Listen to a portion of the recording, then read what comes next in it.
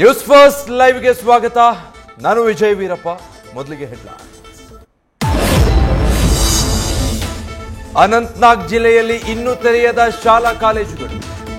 ಅತಿ ಹೆಚ್ಚು ಉಗ್ರ ಚಟುವಟಿಕೆ ಇರೋ ಜಿಲ್ಲೆಯಲ್ಲಿ ನಡೀತಿರುವ ಮಿಲಿಟರಿ ಕಾರ್ಯಾಚರಣೆ. ಅನಂತನಾಗ್ನಿಂದಲೇ ನ್ಯೂಸ್ ಫಸ್ಟ್ ಗ್ರೌಂಡ್ ರಿಪೋರ್ಟ್. ಪಾಕಿಸ್ತಾನದಿಂದ ನುಗ್ಗಿದ ಮಿಸೈಲ್ಗಳನ್ನ ಚಿಂದಿ ಉಡಾಯಿಸಿದ S-400. ರಷ್ಯಾಕ್ಕೆ ಇನ್ನಷ್ಟು ಏರ್ ಡಿಫೆನ್ಸ್ ಸಿಸ್ಟಮ್ಗೆ ಬೇಡಿಕೆ ಇಟ್ಟಿರುವ ಭಾರತ. ಇಂಡಿಯಾ ಡಿಮ್ಯಾಂಡ್ಗೆ ರಷ್ಯಾ ಕೂಡ ಶೀಘ್ರದಲ್ಲೇ ಓಕೆ ಅನ್ನೋ ಸಾಧ್ಯತೆ.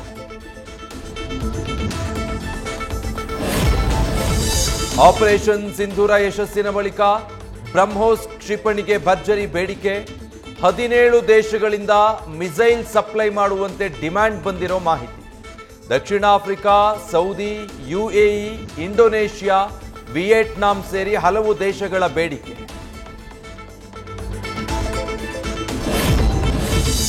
ಇವತ್ತು ಕೇಂದ್ರ ಕ್ಯಾಬಿನೆಟ್ನ ಭದ್ರತಾ ಉಪಸಮಿತಿ ಸಭೆ.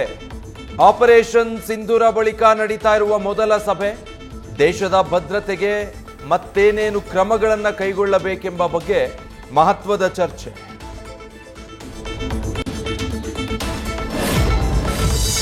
ವಿದೇಶಾಂಗ ಸಚಿವರಿಗೆ ಹೆಚ್ಚಾದ ಬೆದರಿಕೆ. ಎಸ್ ಜೈಶಂಕರ್ಗೆ ಭದ್ರತೆ ಹೆಚ್ಚಳ. ಝೆಡ್ ಕ್ಯಾಟಗರಿಯಲ್ಲಿ CRPF ಕಮಾಂಡೋಗಳ ಸಂಖ್ಯೆ ಹೆಚ್ಚಳ. ಬುಲೆಟ್ ಪ್ರೂಫ್ ಕಾರು ಕೂಡ ನೀಡಿದ ಕೇಂದ್ರ ಸರ್ಕಾರ.